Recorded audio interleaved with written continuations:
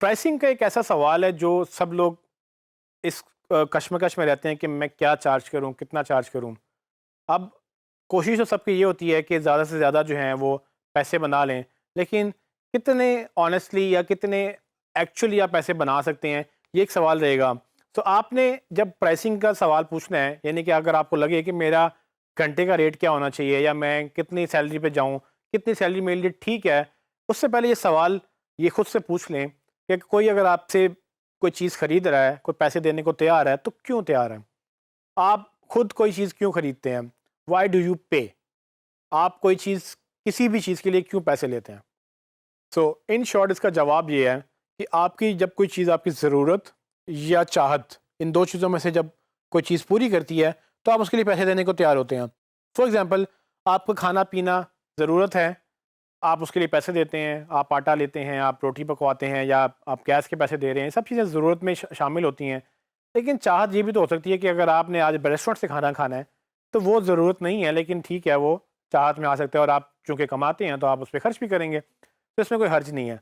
लेकिन दोनों सूरतों में आपने मर्ज़ी से पैसे दिए क्योंकि आपको लगा कि आपको पैसे देने चाहिए। घर का भी वही खाना अगर आप खाएँगे तो सस्ते में बनता है, लेकिन अगर वही खाना बाहर जाके खाएँ, तो आप उसके एक्स्ट्रा पैसे देते हैं।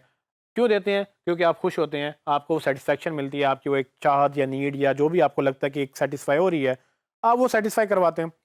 इसी तरह से अगर आप अपनी सर्विसेज़ की बात करें, तो लोग क्या करते हैं कि लोग भी ये देखते हैं कि कहाँ से उनकी नीड पूरी हो रही है और कितने पैसों में हो रही है। अगर आप उनको वैल्यू दे नहीं पा रहे हैं, जितनी जितने के उन्होंने पैसे दिए हैं, तो आप उनसे पैसे चार्ज नहीं कर सकते। फॉर एग्ज़ाम्पल, आपको एक प्रोजेक्ट मिला $100 का, आपने काम किया $50 का, तो क्लाइंट $100 आपको क्यों देगा? या वो $100 देने में खुश भी नहीं होगा, अगर $100 देगा, कभी आपसे दोबारा काम नहीं करेगा। लेकिन अगर आपने क्लाइंट ने आपको ऐसा काम दिया है कि $100 का उसने आपसे कमिट किया था, लेकिन आपने उसको काम ऐसा करके दिया है कि $500 का काम कर दिया है, तो क्लाइंट आपको शायद 200 दे दे खुश होके या 500 भी देने को तैयार होगा क्योंकि आपने काम 500 का किया है। तो ये चीज़ें मैटर करती हैं ये डिसाइड करने में कि किस तरह से प्राइसिंग डिसाइड की जाए।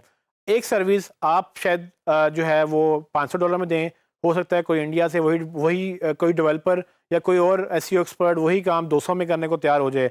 तो अब मैं अगर क्लाइंट होऊँगा आपका, तो मैं आपको हायर करूँगा या मैं 200 वाले का हायर करूँगा?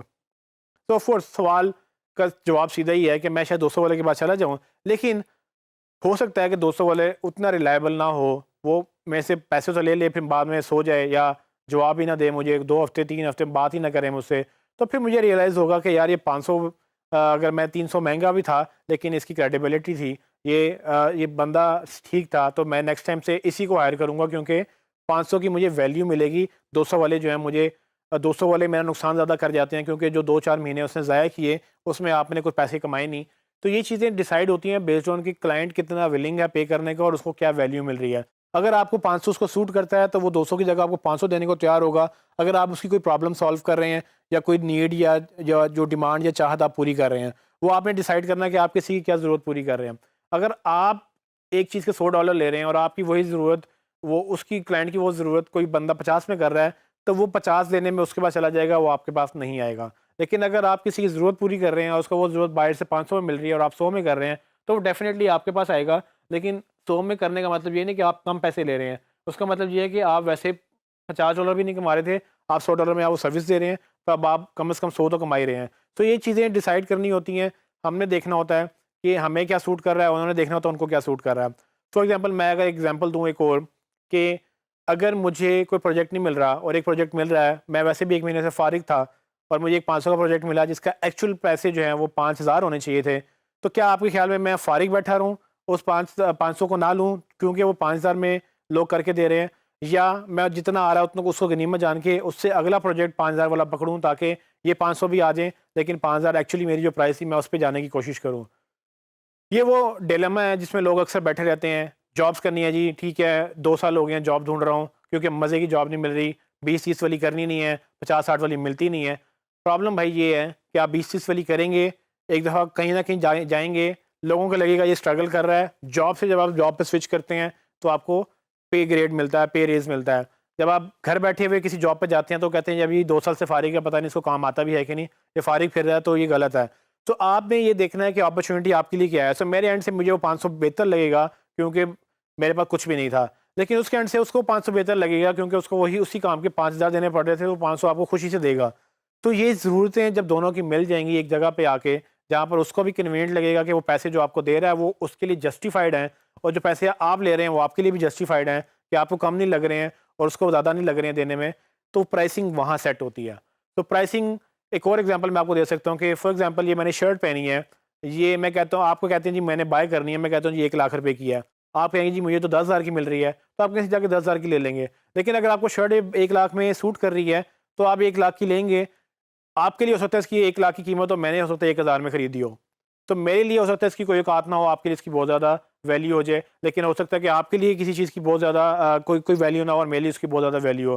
तो ये चीज़ें ना ये रेगुलर प्रैक्टिस में आपने अंडरस्टैंड करनी है, किस तरह से प्राइसिंग मैकेनिज्म चलता है, डिमांड और सप्लाई कैसे चलती है, कोई काम कम हो जाए, उसकी डिमांड बढ़ जाए तो उसकी सप्लाई कम हो जाए, तो उसके पैसे जो हैं वो बढ़ जाते हैं। अगर सप्लाई बहुत ज़्यादा हो और डिमांड कम हो जाए तो उसके पैसे कम हो जाते हैं। अब ये फिनोमेना अगर आप फ्रीलांसिंग में अप्लाई करें, तो हर दूसरा बंदा जब एसईओ गिग्स बेचेगा फाइवर के ऊपर जाके, तो अल्टीमेटली उसकी डिमांड कम हो जाएगी, क्योंकि सप्लाई बहुत ज़्यादा बढ़ गई है। लेकिन अगर आप ऐसा कोई यूनिक काम करेंगे जो आपके अलावा कोई और नहीं कर रहा, तो आप अकेले होंगे उस फील्ड में, या कुछ 2-4 लोग होंगे, और अगर उसकी डिमांड हुई और आपके सप्लायर कम हुए, तो उसके आप प्रीमियम प्राइसेस भी चार्ज कर सकेंगे। तो प्राइसिंग हमेशा डिमांड और सप्लाई पे वेरी करती है। आपने ग्रीडी नहीं होना, आपने मेक श्योर करना है कि आपको जितना ठीक लग रहा है उससे उससे स्टार्ट करें, प्रीमियम प्राइसेस पे जाएँ। कोई दुःख, किसी को दुःख नहीं होगा अगर आप पैसे अच्छे बनाएँगे। सिर्फ़ ये है कि इतने ग्रीडी ना हो जाएँ कि क्लाइंट कहे कि जी आप जो हैं ओवर प्राइस कर रहे हैं, वो फलाना बंदा मुझे कम पैसों में दे रहा है। तो आपने ये जजमेंट डेली करनी होती है कि कौन-सा प्रोजेक्ट कितनी प्राइस में करना है। अगर आपको लगता है कि वो काम जो आप $10 में पर आवर में कर रहे हैं, वो $5 में कोई कर सकता है, तो आप 8 कर लें। आप उसको बताएँ कि भई मैं $3 एक्स्ट्रा ले रहा हूँ, लेकिन मैं आपको सर्विसेज़ अच्छी दे रहा हूँ। क्लाइंट ये देखेगा, वो कहेगा ठीक है वो $5 ले रहा है, लेकिन उसमें ये सर्विसेज़ नहीं आ रही, ये $8 ले रहा है लेकिन ये बेहतर लग रहा है, तो मैं इसको हायर कर लेता हूँ।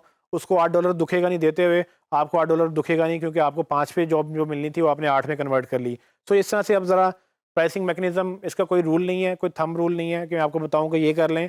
आपको जो लगता है आप वो ठीक करें, आप जिसमें कंफर्टेबल हैं। अगर आप ये काम $5 में कर सकते हैं, $5 में कर दें। अगर आपको उसके 50 चाहिए, 50 माँग लें। क्लाइंट को अगर मुनासिब लगेगा वो 50 दे देगा, हो सकता है मुनासिब लगे तो 500 भी दे दें। It's up to them, it's up to you. लेकिन प्राइसिंग का कोई मैकेनिज़्म नहीं है। जस्ट इन शॉर्ट एक एक बैलेंस निकालें और बैलेंस के मुताबिक आप अपनी प्राइसिंग सेट करें।